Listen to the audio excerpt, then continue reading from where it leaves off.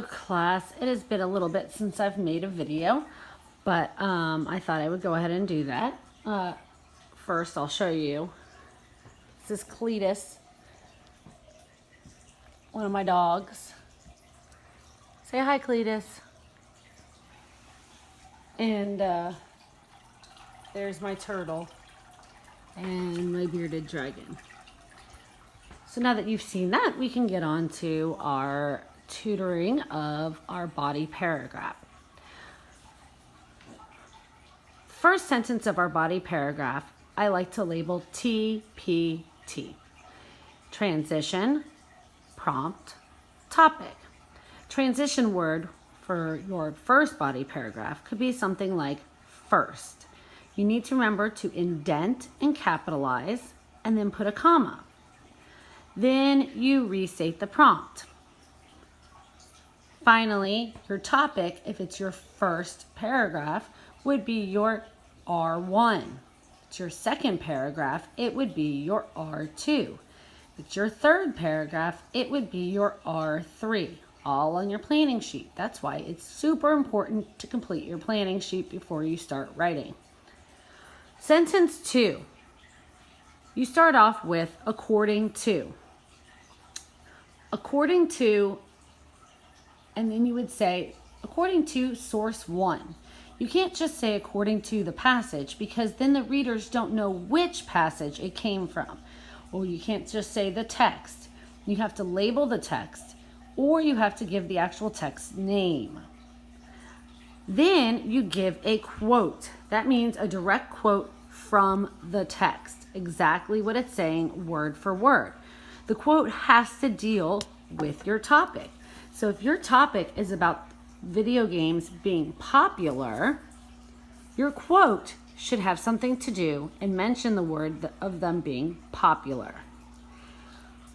Sentence 3 is your this means. You would write this means, and you need to explain how your quote has anything to do with your topic in your own words. Do not just restate what you've copied as your quote.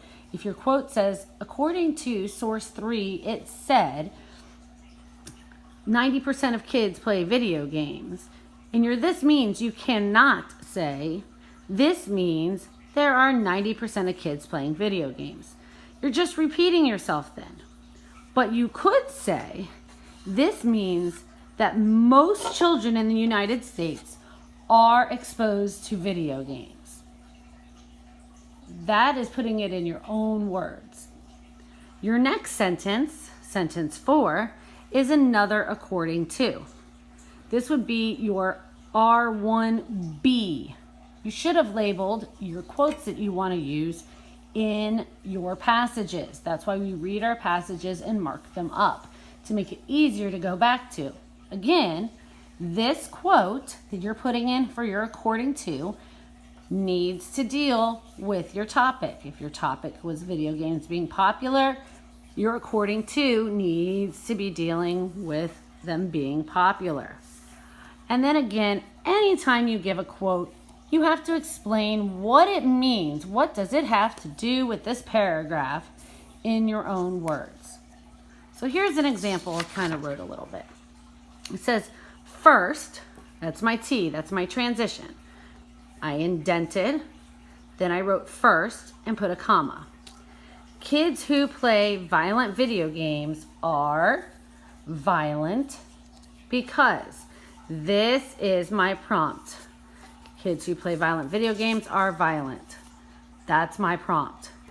Then I put the word because, and then I give my first reason, popularity.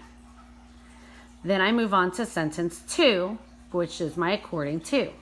I'd write according to source 1. Notice I put the actual source it came from. It said, and then I use my quotation marks. I would copy the quote here and end my quotation marks. If you don't put the quotation marks, the reader doesn't know that you're actually getting it from the passage. They think you're putting it in your own words, which could be considered plagiarism. Then I write this means, and I explain it. My next sentence, according to source, say I got it from source 2. It could have been from source 1 again. It could be from source 3. I don't know. It said, again, my quotation marks. I list my quote. I put my quotation marks at the end. This means, and I explain my quote. Then I would go down to the next line. Please hold a second. I would go down to my next line and start again. I would indent. I would write the word second, comma, kids who play violent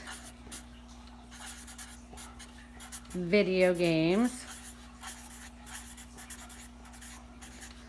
are violent. Oops, hold on. Because, and here I would list my second reason, my R2, my second reason. Notice it's pretty much the same except for my transition and my reason. The rest of it is pretty easy. Thank you for watching this quick tutorial. If you have any questions or if your parents have any questions, please email me. See you tomorrow.